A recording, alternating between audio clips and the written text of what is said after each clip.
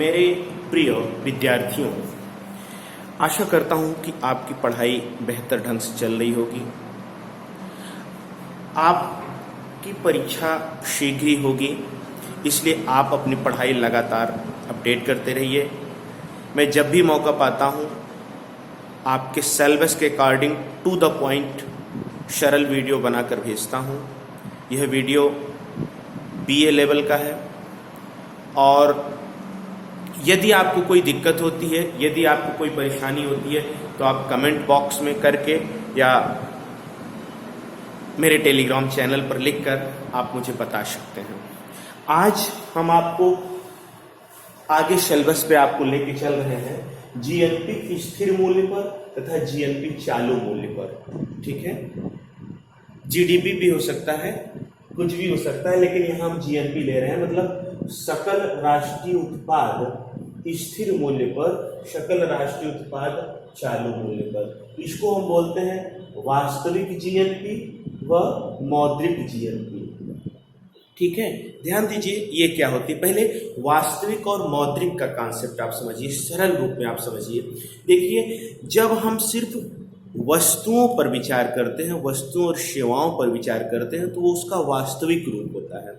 और जब हम उनकी मौद्रिक मूल्य पर बात करते हैं कि कितना उनकी मौद्रिक वैल्यू कितना है, तो ये मौद्रिक रूप होता है। जैसे मान लीजिए अगर आपके देश में 100 वस्तुएं सेवाएं पैदा हो रही हैं, 100 वस्तुएं सेवाएं पैदा हो रही हैं, तो ये वास्तविक जीएनपी है। ठीक है, और यदि मान लीजिए कि अगर एक वस्तु की कीमत 2 रुपया है, तो 100 गुणे 2, तो ये 200 रुपया जो हुआ, ये 200 रुपया जो हुआ, ये क्या है? ये मौद्रिक जीएनपी है।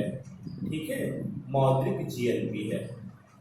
ठीक है, जैसे आपके पास मान लीजिए कि एक कोई सामान है, मान लीजिए कि आपके पास एक मोटरसाइकिल है, तो ये आपका उसकी वास्तविक वैल्यू है। लेकिन अगर वही मोटरसाइकिल आपने 30,000 रुपए की बेच दिया, तो ये क्या है? उसकी मौद्रिक वैल्यू 30,000 रुपया है। तो ये तो सरल रूप से हुआ, किंतु अगर हमें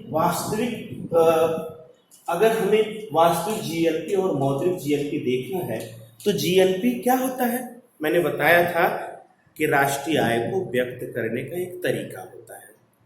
ठीक है, अगर देश में जितनी वस्तुएं सेवाएं उत्पादित हो रही हैं, अंतिम वस्तुएं सेवाएं जितनी उत्पादित हो रही हैं, अगर सब का योग निकाल लिया जाए और उनकी कीमतों से गुणा कर दिया जाए, तो जो फिगर प्राप्त होगी वो क्या होगी?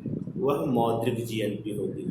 जैसे मान लीजिए अगर आपके देश में टोटल 1000 वस्तुएं सेवाएं पैदा हो रही हैं, एक वर्ष में 1000 वस्तुएं सेवाएं पैदा हो रही हैं, और यदि एक वस्तु की कीमत मान लीजिए उनकी कीमत 50 है, मतलब ये क्वांटिटी है और ये उनकी कीमत मान लीजिए प्राइस लेवल 50 है, तो ये जो मिला आपको, ये 50,000, ये क्या है?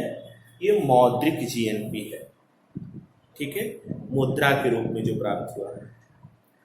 अब देखिए हमें क्या करना है कि जैसे किसी वर्ष है, मान लीजिए कि हम बात कर रहे हैं 2 वर्ष ले रहे हैं, 1980-81 ले रहे हैं और 1995 ले रहे हैं। अब हमें तुलना करना है राष्ट्रीय आय की, जैसे तुलना करना है कि भाई पिछले वर्ष क्या राष्ट्रीय आय थी, इस वर्ष क्या राष्ट्रीय थी। अगर आपको तुलना करना है, तो आपको अगर कीमतों पर आप ध्यान नहीं देंगे, ध्यान दीजिएगा, अगर आप कीमतों पर ध्यान नहीं देंगे तो आप सही फिगर नहीं प्राप्त कर पाएंगे। जैसे मान लीजिए 1980-81 में आपके यहाँ राष्ट्रीय आय 4,000 रुपया थी। ठीक है, 4,000 रुपया थी। इसमें 4,000 में मान लीजिए कि 1,000 वस्तुएं थी और उनकी कीमत 4 रुपया थी, तो टोटल कितनी राष्ट्रीय आय होगी? 4,000। अब 95 में आइए, 95 में भी मान लीजिए कि वस्तुएं सेवाएं आज भी आपके पास 1,000 ही हैं, लेकिन सिर्फ कीमत बढ़ के अब 8 रुपया हो गया। तो अब आपकी मौद्रिक आय कितनी हो गई? 8,000। कहने का मतलब देखिए, वस्तुएं सेवाएं 1,000 तब भी थी, वस्तुएं सेवाएं 1,000 आज भी हैं, लेकिन हमारी जो जीएनपी हुई, जो मौद्रिक जीएनपी हुई वो 4,000 है। और यहाँ सिर्फ महंगाई बढ़ने के कारण, उत्पादन नहीं बढ़ा है, सिर्फ महंगाई बढ़ने के कारण जो है, जो आपकी जीएनपी है वह बढ़कर 8,000 रुपया हो गई। महंगाई बढ़ने से उल्टा जीवन स्तर कम हुआ है, लेकिन दिखा क्या रहा है कि हमारी राष्ट्रीय आय बढ़ गई है, जो ठीक नहीं है। इसलिए हमें जो कीमत में जो वृद्धि हुई है, इस कीमत में वृद्धि का जो प्रभाव है इसे खत्म करना पड़ेगा। अर्थात जीएनपी को हमें वास्तविक रूप में समझना पड़ेगा, रियल रूप में समझना पड़ेगा। इसी के लिए आधार वर्ष लिया जाता है, बेस ईयर लिया जाता है। ठीक है, अब ध्यान दीजिए, यदि हम 80-81 जो ये उदाहरण लिए, इसी को हम आधार वर्ष माने और मान लीजिए कि इस वक्त कीमतों का जो सूचकांक 100 था, ठीक है, इस वक्त जो कीमतों का सूचकांक, ये कीमत सूचकांक है कि उस वक्त कितनी कीमतें थी, ये कीमत सूचकांक है, उस वक्त कीमतें 100 थी, ठीक है। और 95 में जब आए तो ये कीमत सूचकांक बढ़ गई, मतलब महंगाई बढ़ गई, कीमत सूचकांक बढ़ गया, तो ये हो गया 125। मतलब पहले कीमतों का एवरेज सूचकांक 100 था, अभी बढ़ के कितना हो गया? 125 हो गया। तो अब हम क्या करेंगे, हम 95 में जो जीएनपी निकालेंगे वो इसी कीमत के आधार पर निकालेंगे, कीमत सूचकांक के आधार पर निकालेंगे। तो इसमें हम क्या करते हैं, तो हमें अगर जीएनपी निकालना है 1995 के लिए, तो हम क्या करेंगे, ये जो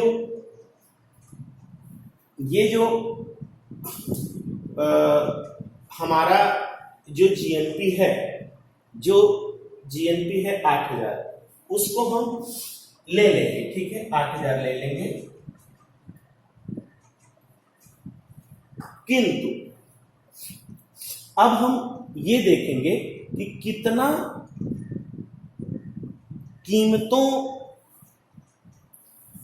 तो यहां आप समझ गए, इसको हम थोड़ा दूसरे उदाहरण से आपको समझाते हैं कैसे होगा, ठीक है। दूसरे उदाहरण से आपको समझाते हैं, मौद्रिक और वास्तविक जीवन।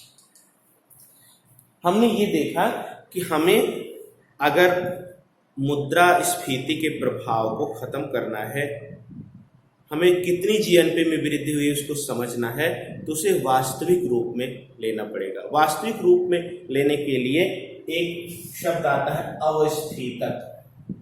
अवस्थितक, इसमें क्या करते हैं, अवस्थितक बराबर क्या होता है, अवस्थितक जो होता है, अवस्थितक आधार वर्ष का निर्देशांक होता है, मतलब जिस वर्ष हम लिए हैं आधार वर्ष, आधार वर्ष का कीमत सूचकांक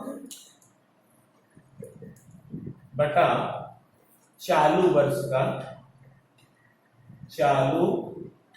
वर्ष का कीमत सूचकांक, ठीक है।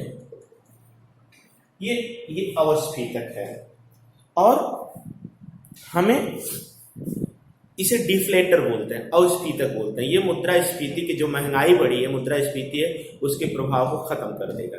मान लीजिए अब हम 2 वर्ष लेते हैं, पहले वाला ही उदाहरण लेते हैं, एक 1980 का लेते हैं, एक 1995 का लेते हैं।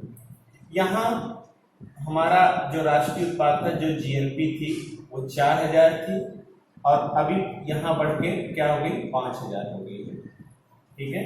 ये 4,000 थी जीएनपी और बढ़ के कितना हो गई, 5,000। और इस वक्त जो कीमत सूचकांक था वो 100 था, और 95 में बढ़ के कितना हो गया, 125 कीमत सूचकांक। तो अब हम देखेंगे क्या वास्तव में उत्पादन बढ़ा है कि नहीं बढ़ा है, ठीक है। तो इसके लिए हम क्या करेंगे, अब इसमें इसकी जीएनपी में हम अवस्थितक का गुणा कर देंगे।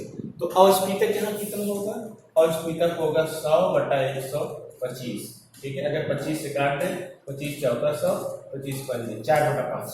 तो अब हम जो जीएनपी बेसिक प्राइस पर जो होगा मतलब स्थिर मूल्य पर हमें निकालना है। मौद्रिक मूल्य पर तो 5000 है ही, स्थिर मूल्य पर निकालने के लिए हम ये 5000 जो है इसमें हम ये 125 माने 4/5 का हम पूरा कर देंगे और 5 एक का 5 माने 1000 और ये बराबर हो गया 4000। इसका मतलब क्या निकला? इसका मतलब निकला कि वास्तव में जो हमें लग रहा था कि हमारी जीएनपी 4000 से 5000 हुई है, ऐसा कुछ नहीं हुआ था। सिर्फ कीमतें जो 100 से बढ़ के 125 हो गई थी उसके नाते बढ़ रहा है, वास्तव में कोई परिवर्तन नहीं हुआ है। तो इस प्रकार हम कह सकते हैं कि जब हम स्थिर मूल्य पर राष्ट्रीय आय निकालते हैं तो वास्तविक राष्ट्रीय आय होती है, और हम चालू मूल्य पर राष्ट्रीय आय निकालते हैं तो वह मौद्रिक जीएनपी होती है। ठीक है, धन्यवाद।